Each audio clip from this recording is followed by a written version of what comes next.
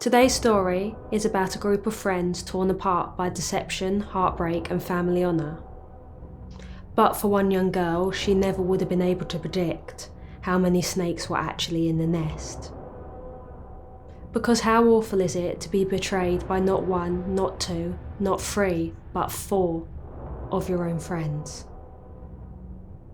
Now, before we go into today's story, I'm Cat and welcome to our channel. I deliver cases to you in the dramatisation format, so if that's something you enjoy, you'll be happy to know we upload once a week. As always, my aim is to give a voice to the victims and remember them as they were.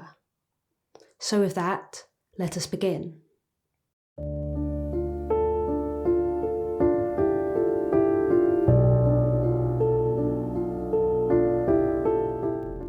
It is worth noting, before I go in more deeper into this case, that most of the individuals have abbreviated names. This was because at the time of their arrest, they were considered minors by the Dutch police. So Maja Bradaric was a 16-year-old girl living in Nijmegen, a city in the Netherlands. Originally from Bosnia, she moved over to the Netherlands when she was 8 with her family and another family close to them. During the next 8 years of her life, Maja embraced the Netherlands culture to the fullest. She always saw the fun side to everything. She was incredibly well liked in school and many of her peers described her as sweet-natured. Not to mention, she had a close relationship with her boyfriend, a fellow Bosnian. He was becoming known as a talented youth footballer locally. At the time of this case, Maja was in 4th grade at the Dominicus College. Overall, Maja was a girl who prized her family and her friendships very highly. Her parents adored her and she had a close-knit group of friends. I mean, she loved her friends so much that in her bedroom, she had all these pictures of them lining her shelves. All in all, she was enjoying life, but at the end of summer 2003, things took a turn that she never could have predicted. And the events that stemmed from this couldn't even be conjured up in her worst nightmares. Just as summer was about to go into autumn, Maja had been evaluating her relationship with her current boyfriend, Goran P, who was 16 years old at the time. For the sake of this video, we'll just call him P. Though they had been good friends before the romantic feelings, Maja wasn't feeling particularly comfortable with the dynamic between them anymore. She felt the relationship was becoming one-sided. P had become quite sexually intimidating towards her, and Maja didn't want to do things that fast. Therefore, she broke up with him, believing she deserved someone better. During the several weeks after their breakup, Maja decided to try a dating site. She already knew in her mind what she wanted her ideal boyfriend to be. Her friend group knew about this as expected, but P wasn't particularly happy, thinking that Maja had moved on from him too fast. This quickly made things awkward in their friendship group because two exes coexisting just wasn't working. To pile further on top of the growing tensions within the group, Maja then fell out with one of her other friends, Goran M. He was 18 years old, and for the sake of this video, we'll refer to him as just M. M, like Maja, was a fellow Bosnian. He and his family had come over to the Netherlands at the same time as Maja. Maja's parents and M's parents were friends too, but at some point hurtful words were exchanged. It wasn't clear whether M's parents told him about it or he overheard them talking. But regardless, he was convinced of what he knew. During the argument, Maja's parents had implied that it was M's parents' fault that their daughter had died due to their own negligence. Naturally, M took great offence over this, projecting his frustrations onto Maja. Both of them just kept defending their parents, which led to a really severe clashing of opinions. So it was safe to say, by the time the middle of November came around, Maja wasn't feeling that great.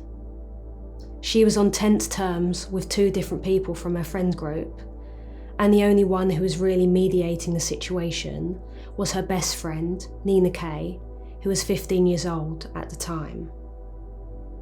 It didn't help that P and M respectively went to different schools to Maja, so therefore there weren't really many chances for reconciliation. Although, over the course of the next few days, the bitterness between Maja and her former boyfriend P began to fall. To the point, P even wanted to meet with Maja and discuss what they were going to do about their relationship as friends going forward. With everything that had happened up until this point, Maja didn't have the means to set up a meeting herself, so she relied on Nina to do so for her. The two girls chatted about it in the privacy of Maja's bedroom, whilst they were painting their nails and talking about school. Nina was very convincing about the meeting with P, and she was just so happy. She said to Maja that she loved both of them very much. And during this conversation, Nina just kept emphasising how, like, the rest of the group just really wanted them to all be friends again. Though she had her reservations, Maja was eventually persuaded, because at the end of the day, she was thinking how life would go back to normal and it would just be great if they could all make up and be harmonious. So a few days later, the 17th of November finally came around, and Nina had managed to set up a meeting between P and Maja. He was due to pick her up and have her home later that night. Maja informed her parents that she was going to be spending some of the night with a friend, and they told her they were fine with it and just said have fun. As the sun began to set on Nijmegen, a car pulled up outside Maja's residence. Excited by the prospect of healing this gap between herself and P, who she still considered a really close friend despite everything that had happened, she eagerly went over to the car. When she got there, she paused, not expecting to be greeted by the two people in the vehicle. In the driver's seat was a boy named Ferdy O. He was more M's friend than Maja's friend, but still they all hung out in the same group. And speaking of the devil, M was sitting in the back seat. At this point, Maja couldn't help but voice her hesitance because she had just thought she was going to be meeting with P. So either Nina had got something wrong, or she didn't fully disclose all the details and the arrangement to Maja. So naturally Maja confronted the two boys and asked where P was. She said, he was meant to be picking me up and that there was no mention of you two coming. After her questions, Ferdy and M just looked at her like she was stupid, like there was no need for her to have any worries about this at all. From the back seat, her family friend M reassured her of their intentions. He said that they were going to pick up P later and that they could all hang out together. Maja was apprehensive about this, considering she still wasn't in a very good place with M after their families had fell out. But with how much adoration and faith she placed in her friendship group, she was willing to take them at their word. She had hung out with the three boys without Nina before, so it wasn't like it would be a particularly unusual occurrence. As Maja opened the car door, they kept repeating so many times that she could trust them and that they were just going to have so much fun tonight. She opted to take the passenger seat next to Ferdy instead of sitting in the back seat with M. If there was to be any further hostility or another potential falling out, then Maja felt a lot safer sitting at the front. Ferdy and M made good of their promise. Maja didn't have to wait long until they pulled up outside in front of P's residence and he got into the car. Maja thought it was strange the way her former boyfriend had come into the car hauling a big backpack with him. She didn't really think there was anything they needed, just to hang out. Despite Ferdy being the one who was driving, he didn't give any confirmation to where they were heading, though Maja did feel a lot more relaxed in the car now that P was actually there. The group made small talk for a while, and M pulled something out of his pocket in the back seat. Maja craned her neck to turn around and see what it was. She couldn't really, but from the boys' excitement, she gathered they were pulling out drugs. P exclaimed that he hadn't had ecstasy before, bearing in mind he was younger than the other two boys.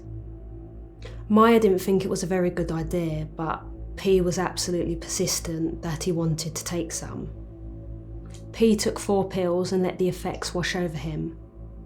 And he had taken so many that by the time a few minutes had gone past, he was just completely out of it. So now they had almost been travelling for 20 minutes, and the talking was slowing down and the atmosphere was just getting increasingly colder, which prompted Maja to look out the window. Her concern and anxiety grew quickly when she realised they had already driven out of the city. It was so dark and she knew they'd definitely left the city buildings behind by this point. In fact, she could make out that they were kind of driving by some type of swampland. She soon recognised the place to be the Bemelsee Ward Nature Reserve. By this point, Maja really wanted to go back. There was no talking in the car anymore, and it was absurd to be at a nature reserve this time of night. It was too late to see any birds or go hiking, so for a casual drive out with friends, this all just didn't make sense. So she turned to Ferdy and asked why had they all gone out this far. There was no response, which made her feel even worse. Instead, Ferdy parked the car and stopped the engine. Considering her former boyfriend P was the reason Maja had agreed to get into the car in the first place, she directed her questions at him instead. She asked again, what were they all doing here? P didn't respond to her. He was staring straight at the back of Ferdy's head. Because of the ecstasy, he was just still out of it. Though Maja did notice that he was looking panicked and distressed, like he was reliving a traumatic experience, rather than enjoying the effects of a drug. Maja watched M shove P in the back seat and point to the bag the boy had brought with him. Aware enough to listen to the instruction, P rummaged around the bag and started pulling things out. This time, Maja was really interested to see what was going on. But her interest soon turned into this gut-wrenching horror, as she saw P not only pull out a rope, but 2 sets of gloves that he handed both to M and to Ferdy. And so at this point, Maja felt like the walls were really closing in on her. She just didn't understand, and being the only girl in the car, she just suddenly wasn't feeling safe at all. Aware of the sense of doom settling in the air, Maja turned to all the boys and pleaded to be forgiven for whatever wrong she had done to them. And if this was all some type of joke, it was a horrible one. Maja couldn't really entertain getting out of the car at this point. There was not a soul in sight.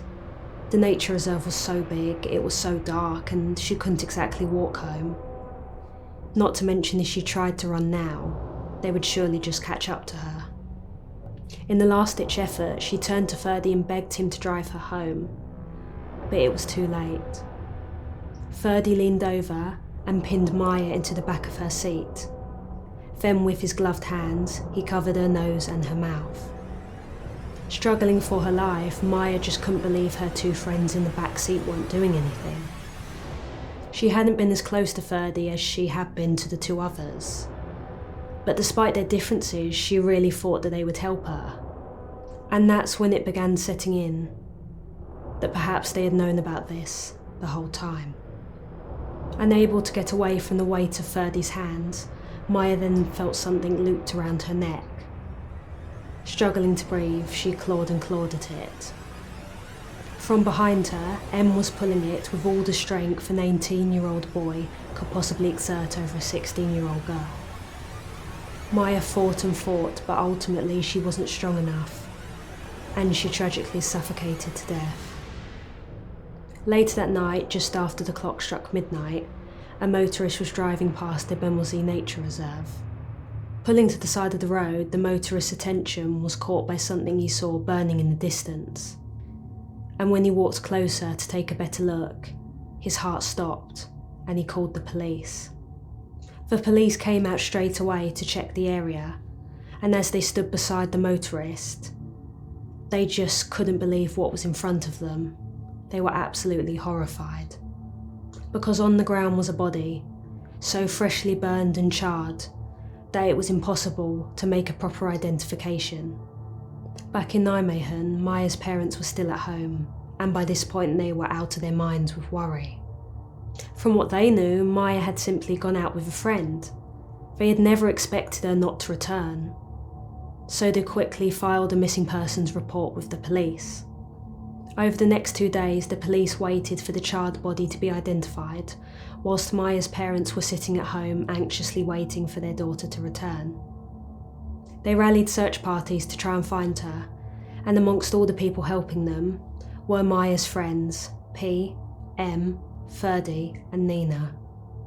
On the 20th of November, Maja's parents got a call that the police had identified the body they had found 2 days earlier. Through dental records, they were able to get a match, and the results came back determining that the body belonged to Maja Bradaric. Heartbroken, Maja's parents had to accept the fact that they would never see their child again, never get to see her sweet smile. They were desperate to know who had taken their daughter from them, but could only offer the police limited, but quite crucial information. They told the police the exact friend Maja had gone out with that night. The police wasted no time investigating the lead. They started with P, and then moved on to all of Maja's friends. If the last time the girl had been seen was with one of those individuals, then it was very clear to the police who had caused her death. Over the coming days, the police tirelessly worked to piece everything together, and by the time Maja's funeral came around, they finally narrowed down the 3 suspects they knew were responsible for Maja's death. Maja's funeral took place on the 26th of November. She was buried in the Jonkerbos cemetery. Over 1,000 people showed up for the proceedings, a really touching and outstanding show of support for the family. With their suspects in mind, the police thought it was best to warn Maja's parents in advance. They had to tell them that the 3 boys who had murdered Maja would be coming to the funeral. For the sake of the parents, they revealed the identities of P, M and Ferdy. I can't even begin to imagine how hard it was for Maja's parents to get through that funeral.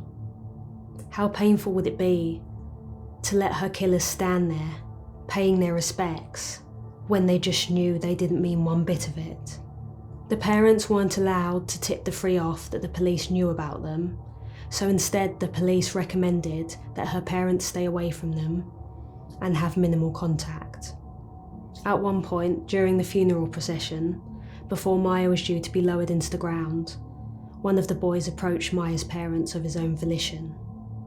It was never confirmed which one of the suspects it was, but regardless, the boy was clutching a teddy bear to his chest. He asked Maja's parents if he could place it in the coffin, knowing Maja's fondness for cuddly toys. Holding their nerve, the parents refused to let the boy put the bear in the coffin. They kept it curt and left it at that. After the funeral, the police made their arrest. Not only did they take the 3 boys into custody, but also Nina K, who they still believed was relevant to the case. In court, Nina's role in the case was established very quickly. It was determined that she was the one who had set up the meeting and potentially had knowledge about what the 3 boys were going to do.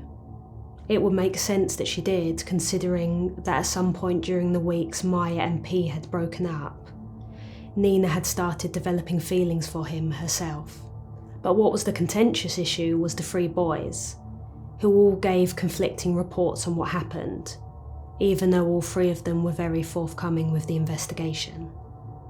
The court tried to establish the intent of all 3 of them, and then with that and all the evidence they had gathered, they settled on their sentencing. The prosecution reckoned that at the start of November, a few weeks before Maja's death, Ferdy and M had been talking. M offloaded all his frustrations about Maja and Maja's parents onto Ferdy, and Ferdy was quick to join his friend in self-righteous anger. Both boys were highly competitive, always wanting to outdo the other, but one big interest they shared in common was a sinister one. They had a dark fascination with violence, specifically committing harm on another person. This was likely the true motivation of why they killed Maja, despite the fact that they were trying to justify revenge. The courts reckoned Ferdy was the instigator who had brought up the idea to M to kill Maja, and that M had agreed rather quickly to this. It is unknown exactly when P and Nina were brought in on the plan. The courts determined that the plan was finalised on the 16th of November, a day before Maja's murder. Throughout the proceedings, Ferdy kept trying to shift all the blame onto M, his lawyer stating that the boy was scared of his friend. It was ultimately ruled that both boys shouldered equal responsibility in the tragedy that occurred, especially considering they were the two who had dumped her body and set it alight. M, after a psychological analysis from the PBC, who were a psychiatric assessment clinic, was diagnosed with a severe personality disorder. He was sentenced to 8 years in prison, with TBS to be served. TBS was used in the Netherlands to ensure the safety of society and make sure that prisoners had access to being rehabilitated so that they could one day rejoin society and be law-abiding citizens. Differently, Ferdy passed his psychological analysis. He wasn't diagnosed with anything and was said to be fully accountable for his actions at the time of Maja's death. He was sentenced to 11 years with the chance of parole. P was charged differently to the other two boys, considering the courts believed his motivation was that of a spurned lover. He was only being judged on complicity because he didn't actually partake in the murdering of Maja. A psychological analysis on P revealed that he did suffer from post-traumatic stress disorder, likely a result of spending some time in a war-torn country when he was growing up. Taking all this into consideration, the courts gave P 6 years with no TBS. But the lightest sentence of all was that of Nina K, who was only given 4 months in juvenile detention. After she got out, she changed schools to protect her own safety. I hope Maja's at peace now, and my deepest sympathy stretch to her entire family, but more specifically her 2 loving parents who were robbed of a daughter. Do you agree with the sentencings? Comment yes or no down below. Thank you for watching.